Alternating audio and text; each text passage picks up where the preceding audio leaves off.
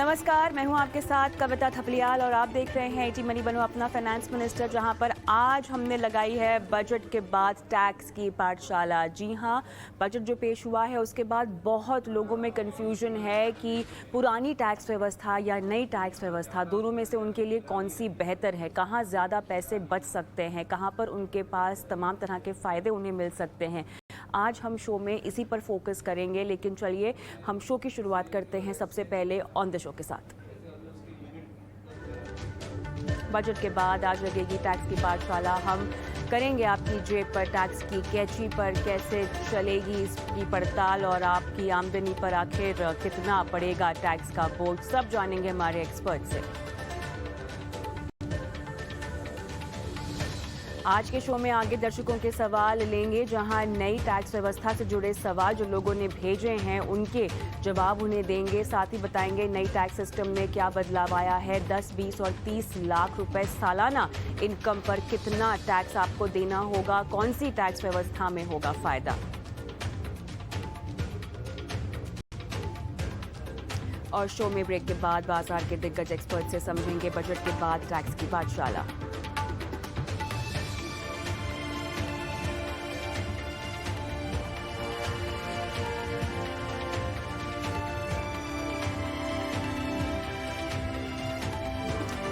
और चलिए यहाँ पर आपको बता देते हैं कि अगर आप भी अपने पोर्टफोलियो से जुड़े या अगर आपको भी टैक्स से जुड़े कोई सवाल हमें भेजने हैं तो अपने सवाल हमें तुरंत व्हाट्सएप करें 9619873567। इस नंबर पर हमें इंतज़ार होता है आपके सवालों का। तो टैक्स हो या निवेश या बचत, आप अपने सवाल हमें भेजें।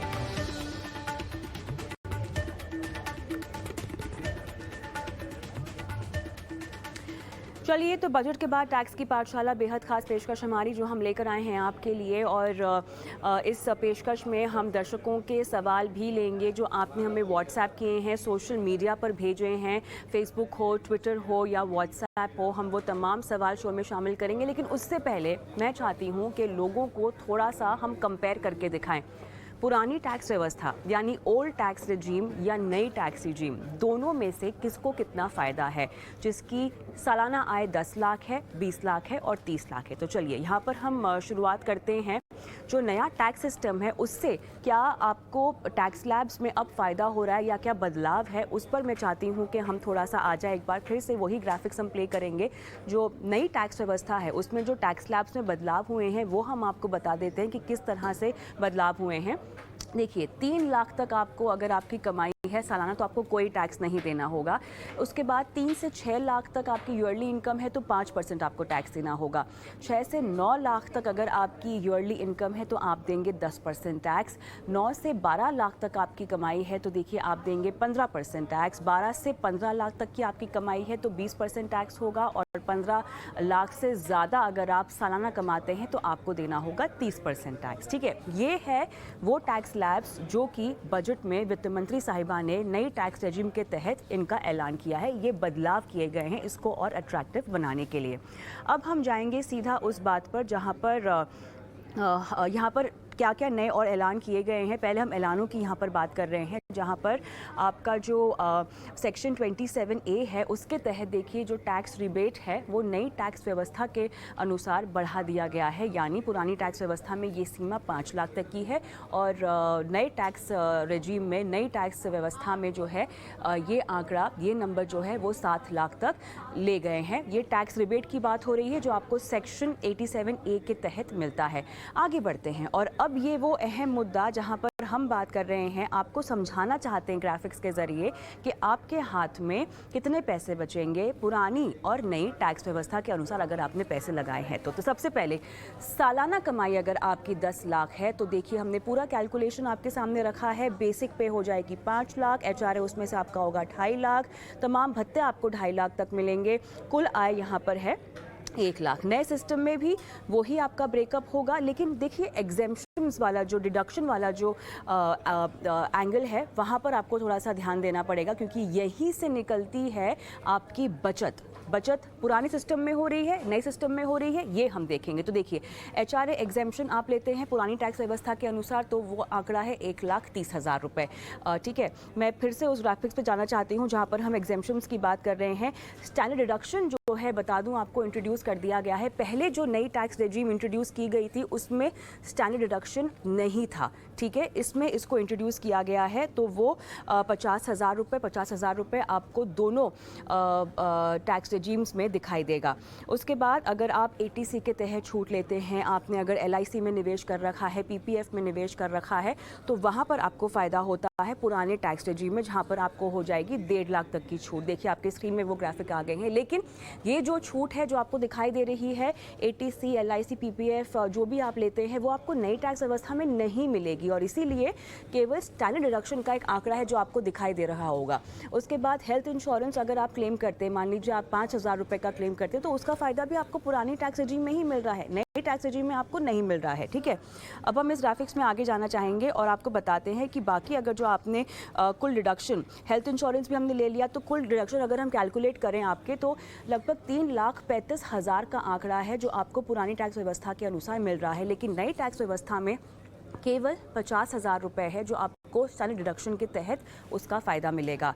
अब नए टैक्सेबल जो आपकी जो इनकम हो जाएगी, जो नेट टैक्सेबल इनकम हो जाएगी आपकी पुरानी व्यवस्था में, आपके सामने जो दिखाई दे रहा है 6,65,000 पर ये आंकड़ा आ रहा है, जबकि नई टैक्स व्यवस्था है उसमें ये आंकड़ा लगभग 9.5 लाख के पास दिखाई दे रहा है। इसमें से आप एजुकेशन और हेल्थ सेस भी निकाल दीजिए तो पुरानी टैक्स व्यवस्था में देखिए 1820 और नई में आपको लगभग 2100 रुपये आपके कट जाएंगे। तो नेट टैक्स जो आपको चुकाना होगा, आंकड़ा आपके सामने है, ठीक है।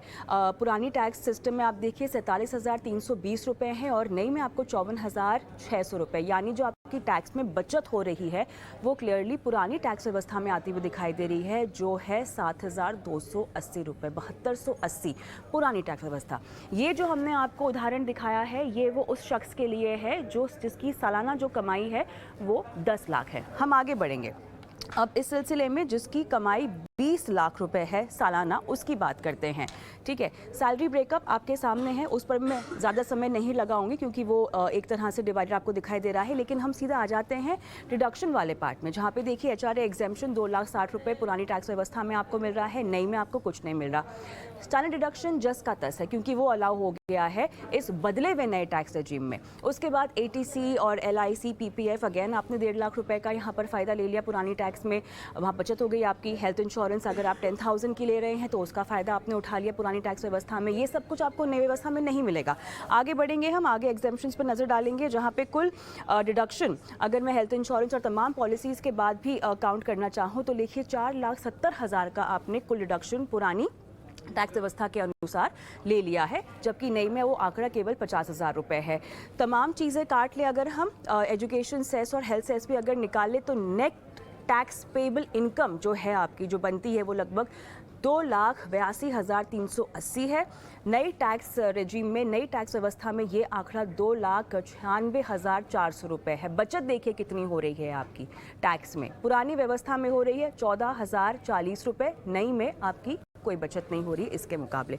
जल्दी से अब वो लोग जिनकी जो सालाना आय है वो 30 लाख और उससे ज़्यादा है, उनका ग्राफिक्स हम स्क्रीन में पेश करेंगे, आपको समझाते हैं। तो क्लियरली यहाँ पर भी जो बेसिक पे स्ट्रक्चर है वो आपको दिखाते हैं। अगर आपका जो बेसिक HRA है ये, और आपने तमाम भत्ते भी अगर यहाँ पे हम काउंटिंग करके दिखा दें, कुल आय आप देख सकते हैं यहाँ पर जो फ्लैश होती हुई आपको दिखाई दे रही है।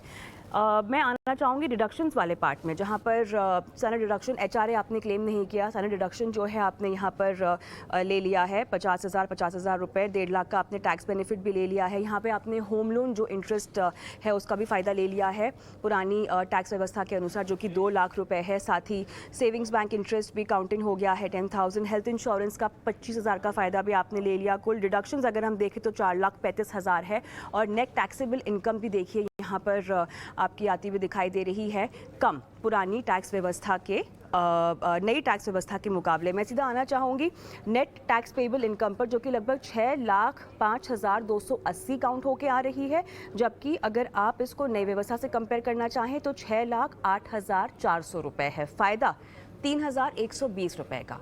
आपकी पुरानी टैक्स व्यवस्था के अनुसार। अब आप ये कह सकते हैं कि ये जो हमने उदाहरण लिए हैं शायद आप पर लागू ना हो, बिल्कुल ऐसे हो सकता है। हम ये नहीं कह रहे कि जो हमने कैलकुलेशन अभी दिखाई है वो सबके लिए एक जैसी होगी। आपको ऑब्वियसली अपने सीए के साथ बैठना होगा, अपने फाइनेंशियल प्लानर के साथ बैठना होगा, उसके बाद ये सुनिश्चित करना होगा कि आपके लिए कौन सी टैक्स रिजीम बेहतर है, पुरानी व्यवस्था या नई व्यवस्था। लेकिन एक चीज़ जो आपको बताना चाहेंगे कि नई टैक्स व्यवस्था अब आपकी एक डिफ़ॉल्ट सेटिंग हो गई है। अगर आपको पुरानी व्यवस्था में रहना है तो इसका आपको बाकायदा चयन करना होगा, वरना आप नई टैक्स रेजिम में अपने आप ही शामिल हो जाएंगे। और जो मंशा भी हमें दिखाई दे रही है सरकार की वो यही है कि सबको सरकार चाहती है कि वो ऑन बोर्ड हो जाए नई टैक्स व्यवस्था में। लेकिन अब हमारे साथ दो खास मेहमान भी जुड़ गए हैं और साथ ही बहुत दर्शकों के सवाल भी हैं जो मैंने ट्विटर पर भी पूछे थे और इंस्टाग्राम पर भी पूछे थे। इनफैक्ट मैंने तो एक पोल भी करवाया था जिसके नतीजे हम आगे चलकर बताएंगे। लेकिन चलिए, मेरे साथ जो दो मेहमान हैं उनका मैं आपसे तारुफ करा दूं। उनके नाम मेरे सामने हैं। अभिषेक रस्तोगी, फाउंडर रस्तोगी चैम्बर्स, और साथ ही Pankaj Matpal, MD Optimum Money Managers. आप दोनों का स्वागत है हमारी इस बेहद खास पेशकश में। और काफ़ी इलेबोरेट तरीके से मैंने ये ग्राफिक्स बताए जहाँ पर हमने एग्जाम्पल लिया। अभिषेक जी, ऐसा शख्स जिसकी आय 10, 20 और 30 लाख से ज़्यादा है। आपका टेक चाहूँगी। दर्शकों के बहुत सारे सवाल हैं हमारे पास दरअसल, लेकिन उससे पहले आप दोनों से समझना चाहूँगी कि आपके मुताबिक, क्योंकि अभिषेक जी देखिए, जब ये नई टैक्स व्यवस्था इंट्रोड्यूस हुई ना उसके बाद हमने देखा कि ऑनबोर्डिंग बहुत कम हुई है। आज भी आंकड़ा आपको शायद बेहतर होगा लेकिन वो 5-6 लाख के आसपास ही है जिन लोगों ने नई टैक्स व्यवस्था को अपनाया है। ठीक है, और वो भी बहुत हाई इनकम ग्रुप के नहीं हैं, जो बेसिक इनकम ग्रुप के हैं उन्हीं लोगों ने इसमें ज़्यादा ऑनबोर्डिंग और इंटरेस्ट भी दिखाई है। लेकिन आप एक टैक्स एक्सपर्ट हैं, बताएं मुझे कितना फ़ायदा होगा, कौन सी रेजीम हमारे लिए बेहतर है? देखिए, सबसे पहले तो मैं ये बोलना चाहूंगा कि जो आपने कंप्यूटेशन दिखाई हैं वो बहुत ही सटीक थी और उनसे सारी कैलकुलेशंस बहुत ही क्लियरली पता चलती हैं। गवर्नमेंट का एंडेवर यही है कि वो नई टैक्स रिजीम में सारे टैक्स पेयर्स को कन्वर्ट करे। अब अगर बात आती है इनकम कैटेगरी ग्रुप जिनकी इनकम 7 लाख रुपए से कम है, उनको सब कुछ भूल जाना चाहिए और नई रिजीम में अपने को डिफॉल्ट सेटिंग से रजिस्टर कर लेना चाहिए, क्योंकि 7 लाख से कम इनकम ग्रुप वाले को तो कोई समस्या ही नहीं है, सब कुछ एग्जेम्प्ट है। अब बात आती है कि उन लोगों की जो पुरानी रिजीम में ऑलरेडी ऐसी स्कीम्स में पे कर रहे हैं जो लॉन्ग टर्म है। जैसे फॉर एग्जांपल अगर उन्होंने 15 साल का इंश्योरेंस पॉलिसी लिया था और उस इंश्योरेंस पॉलिसी में अभी 10 साल बचे हुए हैं, तो उनको कंप्यूटेशन करने की जरूरत है, क्योंकि वो इंश्योरेंस पॉलिसी तो बीच में खत्म करेंगे नहीं। अब उनको ये देखना पड़ेगा कि अगर वो उस इंश्योरेंस पॉलिसी को कंटिन्यू करते हैं, या अगर किसी का होम लोन है जो आपने सारे अपने परम्यूटेशन कॉम्बिनेशन में बताए, तो वो जो डिडक्शंस आ रहे थे ओल्ड स्कीम में, सबसे इंटरेस्टिंग बात कैलकुलेशन में ये आती है कि कौन से ऐसे रेकरिंग एक्सपेंडिचर है या ऐसे कौन से रेकरिंग इन्वेस्टमेंट्स हैं जो उनको मैंडेटरीली कंटिन्यू करने पड़ेंगे। तो जहां पर भी ऐसे मैंडेटरी इन्वेस्टमेंट्स या एक्सपेंडिचर रिलेटेड जो हमको डिडक्शन मिल रही है जो हमारे लिए मैंडेटरी हैं, उन लोगों को समझना चाहिए कि क्या वो फॉलो करके उनको बेनिफिट होता है पुरानी रिजीम में। जहां पर कि किसी को नई स्कीम में नई इन्वेस्टमेंट में एनरोल करना पड़ेगा वो डिडक्शन लेने के लिए, तो उनको नई रिजीम में ही ट्रांसफर करना चाहिए, क्योंकि नई रिजीम में अगर आप देखोगे तो टैक्सेशन स्ट्रक्चर बेटर है। उसमें हमारे हाथ में जो कैपिटल लिक्विड मनी आता है वो ज्यादा है, मेरी कंजम्पशन पावर बढ़ती है। अब उसमें ये जरूरी नहीं है कि जो मैं 3-4 लाख रुपए एक्स्ट्रा मेरी होल्डिंग कैपेसिटी ऑफ फंड्स आती है, मैं उसको स्पेसिफाइड इन्वेस्टमेंट्स में इन्वेस्ट करूं। वो मैं कहीं पर भी कर सकता हूं, मैं उसका गोल्ड ले सकता हूं, मैं उसकी और भी चीजें कर सकता हूं, मैं उसको फिक्स डिपॉजिट्स में भी रख सकता हूं, या मैं उसको म्यूचुअल फंड या स्टॉक में भी लगा सकता हूं। तो मेरे पास एक वो फ्लेक्सिबिलिटी आ जाती है। तो मुझे किसी भी government related 80C etcetera schemes में इन्वेस्ट करने की मैंडेटरी रिक्वायरमेंट नहीं रहती है। मेरा जो फ्लेक्सिबिलिटी है अबाउट माय इन्वेस्टमेंट वो बढ़ जाता है, मेरी कंजम्पशन पावर बढ़ जाती है, मेरी फ्लेक्सिबिलिटी बढ़ जाती है। तो अगर 2-4-5 हजार रुपए का भी फर्क आता है तो आई थिंक ये इंपॉर्टेंट रहेगा कि आप नई स्कीम में उसका बेनिफिट लीजिए।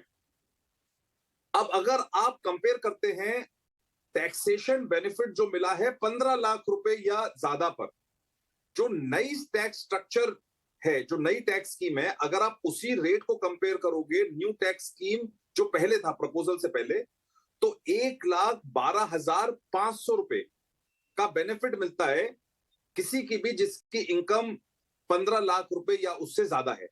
न्यू टैक्स स्लैब्स के हिसाब से 1,12,500 रुपए का बेनिफिट होगा किसी को भी जिसकी इनकम 15 लाख या उससे ज्यादा है।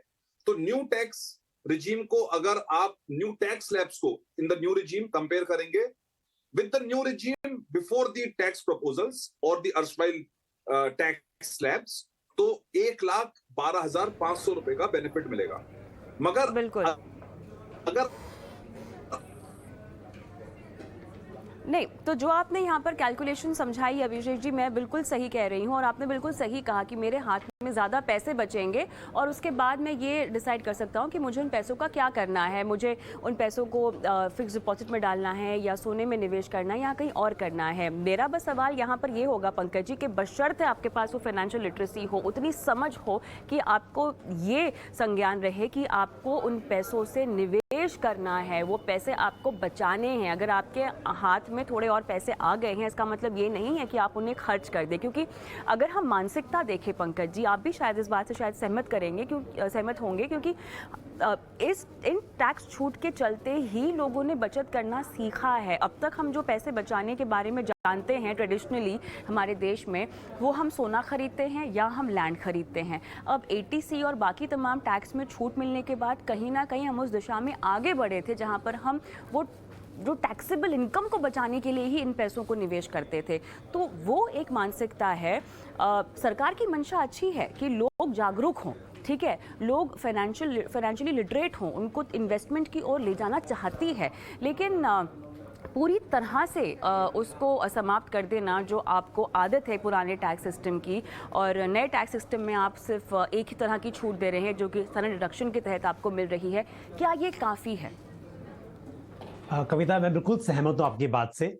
देखिए, ऐसे तो सुनने में अच्छा लगता है कि आसान हो गया है और आप निवेश करें या ना करें, मतलब कि टैक्स छूट पाने के लिए और एक लिमिट तक आपका टैक्स सेम रहेगा। मान लीजिए कि आपकी पहले इनकम 10 लाख की थी, आप इन्वेस्टमेंट कर रहे थे, इन्वेस्टमेंट करके आपका जो नेट टैक्सेबल इनकम थी वो कम हो रही थी, उस पर जो कैलकुलेशन बैठ रही थी अब शायद वो बिना इन्वेस्टमेंट किए हुए सेम आ जाए। तो कॉम्प्लायंस की दृष्टि से बात करें तो आपको डॉक्यूमेंट संभालने की जरूरत नहीं है, आसानी से वही टैक्स आ रहा है, तो फिर क्या मतलब है? सरकार भी शायद यही कह रही है कि आप इन्वेस्टमेंट करो या ना करो, टैक्स अमाउंट आपको सेम आने वाला है। लेकिन जो आपने कहा, मैं बिल्कुल पूरी तरह सहमत हूं कि हमने देखा है पिछले कई सालों में कि लास्ट मोमेंट पर भी, यानी कि जनवरी, फरवरी, मार्च में भी बहुत से लोग इन्वेस्टमेंट करते थे कि अपना टैक्स बच जाए, तो टैक्स भी बचता था और उस बहाने से कुछ इन्वेस्टमेंट भी होता था। अब शायद जो फाइनेंशियली लिटरेट हैं, जिनको इस बात की चिंता है कि भविष्य में पैसा कैसे जुड़ेगा, वो तो वैसे भी इन्वेस्टमेंट करते हैं चाहे टैक्स सेविंग हो या ना हो। लेकिन ऐसे लोग जिन्हें लगता है कि मजबूरी में कर रहे थे, वो शायद ना करें, और शायद इससे थोड़ा सा फर्क पड़ेगा कि जब पैसे की जरूरत होती है। हमने कई बार देखा है कि लोगों ने LIC की पॉलिसी ले ली, चाहे वो सही है गलत है वो अलग बात है, बट कम से कम उस बहाने इन्वेस्टमेंट हुआ, या PPF अकाउंट खुले, ये सब शायद अब थोड़ा मुश्किल हो जाएगा। दूसरी बात कविता, में एक बात और बोलूंगा, चलो ये तो बात है कि आप फाइनेंशियल लिटरेट हैं और आप करेंगे, लेकिन देखिए आज हम होम लोन लेते हैं, उसके ऊपर जो इंटरेस्ट होता है हमें कहीं अच्छा लगता है कि वो सेट ऑफ हो जाता है, वो सेट ऑफ होता है तो हमारा जो नेट इंटरेस्ट है वो एक्चुअली कम हो रहा है। लेकिन अब अगर हम न्यू टैक्स रिजीम में वो बेनिफिट नहीं देखेंगे तब शायद उसको भी थोड़ा सा डिस्करेजमेंट मिलेगा। तो कहने का मतलब यह है कि शायद जिसने सरकार चाह रही है कि old tax regime fade out हो जाए और सिर्फ नेक्स्ट न्यू टैक्स रिजीम ही आगे जारी रहे, तो मेरे हिसाब से कहीं ना कहीं ये बात भी थोड़ी सी दिल को चुभती है कि उससे हमारे जो बेनिफिट्स थे इस डिडक्शन वाले वो चले जाएंगे। तो शायद दोनों पे ही अगर थोड़ा सा फोकस किया होता तो मेरे हिसाब से बेटर होता, but definitely new tax regime की बात करें तो ये जेब पर थोड़ा सा कम भारी पड़ेगा और पैसा आपका हाथ में बचेगा। ये दिल मांगे मोर, और मैं क्या कह सकती हूँ, हमेशा हमारी मांगे बहुत ज़्यादा रहती है। लेकिन चलिए, अब दर्शकों को भी मैं जोड़ना चाहूँगी क्योंकि हमें बहुत जगह से सवाल आ रहे हैं।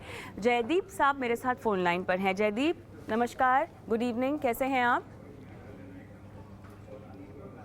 चलिए, फ़ोन लाइन पर हमारे साथ थे लेकिन डिस्कनेक्ट हो गए, और इनका सवाल दरअसल नई टैक्स सिस्टम को ही लेकर था। ये हमसे समझना चाहते थे कि ये नई टैक्स व्यवस्था है क्या, और इससे पहले मैं इनसे कुछ बात भी करना चाहती थी और इनसे समझना चाहती थी कि किस तरह से ये चुनाव करने के बारे में सोच रहे हैं। थोड़ा इनका अगर हम टैक्स स्ट्रक्चर समझ पाते तो इनसे, आप दोनों से हम राय भी ले सकते।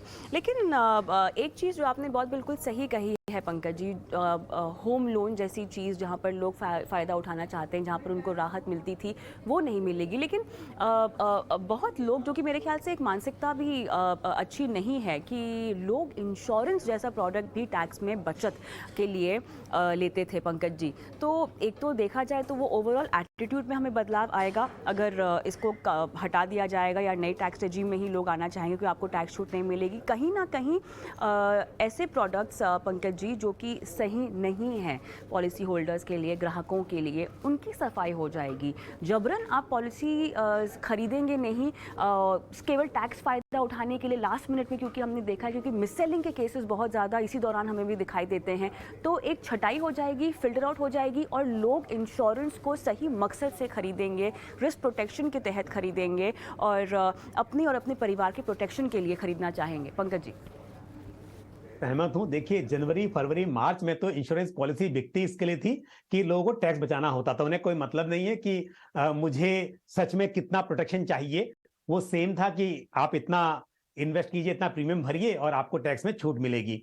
लेकिन इस बार डेफिनेटली अगर हम इस तरह से देखें तो दो चीजें हुई। एक तो क्योंकि न्यू टैक्स रिजीम में कहीं प्रावधान नहीं है एटीसी के डिडक्शन का, तो वैसे भी नहीं होगा। दूसरी बात, जिस तरह से अब 5 लाख से ऊपर के प्रीमियम पर आपको जो रिटर्न्स होंगे वो भी टैक्सेबल होंगे, तो उसको भी देखा जाए तो शायद इंश्योरेंस इंडस्ट्री के लिए और तो शायद ये मतलब नेगेटिव इंपैक्ट होगा ही। बट साथ ही ऐसे लोग जो कि मिसलीड सेलिंग के शिकार थे, सेलिंग के शिकार हो रहे थे, वो भी शायद बचेंगे, या बहुत ज्यादा पैसा वो अपना लाइफ इंश्योरेंस में इन्वेस्ट कर रहे थे, शायद अब सही डिसीजन ले पाएंगे। तो मेरे हिसाब से डेफिनेटली ये तो थोड़ा बेहतर होगा। बट इसको एक अलग तरीके से देखें तो ये भी कहा जा सकता है कि कम से कम वो टैक्स बचाने के हिसाब से इंश्योरेंस पॉलिसी बाय कर लेते थे। नॉट नेसेसरी कि वो एंडोमेंट पॉलिसी या यूलिप, बट टर्म प्लान भी लेते थे। लेकिन अब ऐसा होगा कि चलो ठीक है, टाइम है, अभी टैक्स का तो कुछ कारण है नहीं, तो आराम से बाद में कर लेते हैं। और बाद में करते करते कई बार टाइम निकल जाता है। तो वो भी एक थोड़ा सा इसका पहलू है कि शायद लोग अपने इंश्योरेंस प्लानिंग को डिले भी कर सकते हैं। चलिए, सवालों पर आती हूँ। देवधर साहब मेरे साथ फोन लाइन पर हैं। सर नमस्कार, कैसे हैं आप? नमस्ते। कहाँ से बोल रहे हैं? दिल्ली से बोल रहा हूँ मैं। अच्छा, आपने जानना है सीनियर सिटीजन्स के लिए टैक्स स्लैब्स में कोई फ़ायदा है या नहीं ना? एग्जैक्टली। चलिए, बहुत बढ़िया सवाल। अभिषेक जी, आपके पास में आती हूँ। इनका सवाल ये है कि सीनियर सिटीजन्स के लिए किस तरह से क्या कोई टैक्स स्लैब्स में बदलाव हुए हैं, और अगर नहीं हुए हैं तो इनके ऊपर अभी भी क्या कुछ लागू है, ज़रा बता दीजिए। सीनियर सिटीजन्स का जो सिस्टम चलता है वो एक बेसिक एग्जेम्पशन उनको ज्यादा दी जाती थी। हिस्टोरिकली ट्रेडिशनली बेसिक एग्जेम्पशन में उनको बेनिफिट दिया जाता था। मगर अगर अब आप न्यू टैक्स रिजीम देखेंगे तो ये 0 to 3 लाख, 3 to 6 जो भी आपने सारे बताए हैं, ये एक स्टैंडर्ड रेट है जो सबके लिए लग रहा है। सीनियर सिटीजन को जो डिफरेंट बेनिफिट्स मिलते हैं, जैसे आप अगर फिक्स डिपॉजिट करेंगे और उस पर इंटरेस्ट रेट ज्यादा होगा, वो बेनिफिट्स कंटिन्यू होंगे, वो सब आपको बेनिफिट्स मिलेंगे। मगर न्यू टैक्स रिजीम में जो टैक्स स्लैब्स हैं उसमें ये टैक्स स्लैब्स सबके लिए चलेंगे। और अगर सिमिलरली जैसे 7 लाख रुपए की जो लिमिट है वो आप किसी भी एज ब्रैकेट में होंगे, मेल है, फीमेल है, सीनियर सिटीजन है कि यंग लोग हैं, सबके लिए वो एग्जेम्पशन 7 लाख रुपए की दी गई है। सो वो कुछ कांस्टेंट फिगर्स ऐसी रखी गई हैं जो एज कैटेगरी से रेलेवेंस जिसका हटाया गया है। जैसे अगर आप 7 लाख की सेक्शन 87 कैपिटल ए की रिबेट अगर देखेंगे तो वो जो 25,000 की रिबेट का राहत है वो उसको एज डिटरमिनेंट फैक्टर से लिंक नहीं करा गया है। सिमिलरली आप कुछ ऐसी चीजें देखेंगे जो हिस्टोरिकली चलती आ रही हैं, जैसे आरबीआई की गाइडलाइंस है for senior citizen rate of interest on fixed deposit, तो वहां आरबीआई की गाइडलाइंस है कि आप सीनियर सिटीजन और नॉर्मल सिटीजन में डिस्टिंक्शन कर सकते हैं। ऐसे बेनिफिट्स कंटिन्यू रहेंगे, मगर कुछ ऐसे जो पॉपुलिस्ट मेजर्स दिए गए हैं जैसे 87 कैपिटल ए का 7 लाख रुपए से कम सबको एग्जेम्पशन मिलेगा, वो सबको एग्जेम्पशन मिलेगा, वो एज से रिलेटेड नहीं है। देवदत्त जी, आपको सवाल का जवाब मिल गया? Thank you, thank you.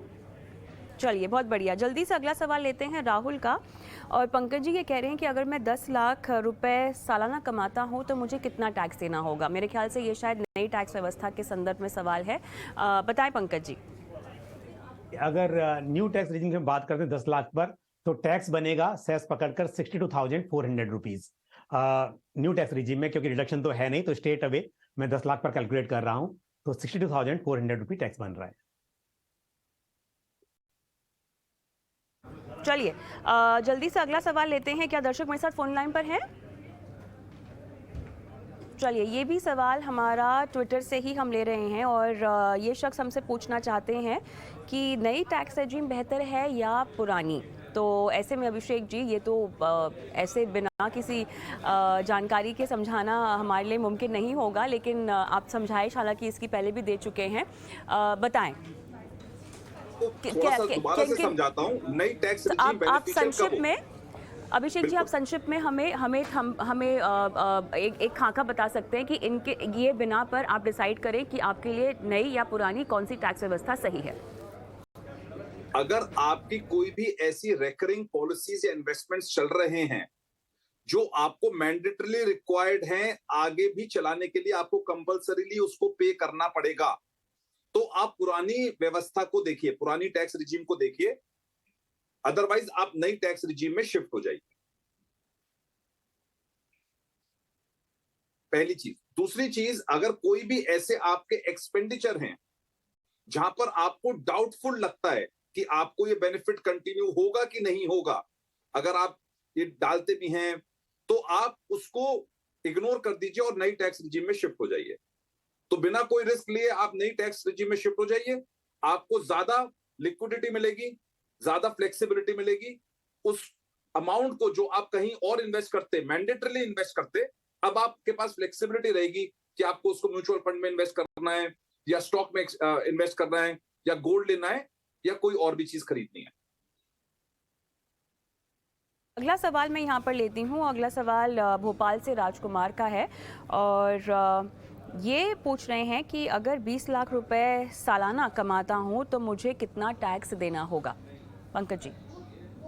देखिए, 20 लाख के ऊपर मैंने कैलकुलेशन तो नहीं की हुई है, लेकिन अगेन डिपेंड करता है कि आपके पास डिडक्शन के लिए क्या क्या अवेलेबल है, क्योंकि जिनकी इनकम 20 लाख की होती है, अक्सर ऐसा होता है कि होम लोन का इंटरेस्ट भी आप दे रहे होंगे, पूरा ही होता है 2 लाख रुपए पूरा डिडक्शन मिल जाए।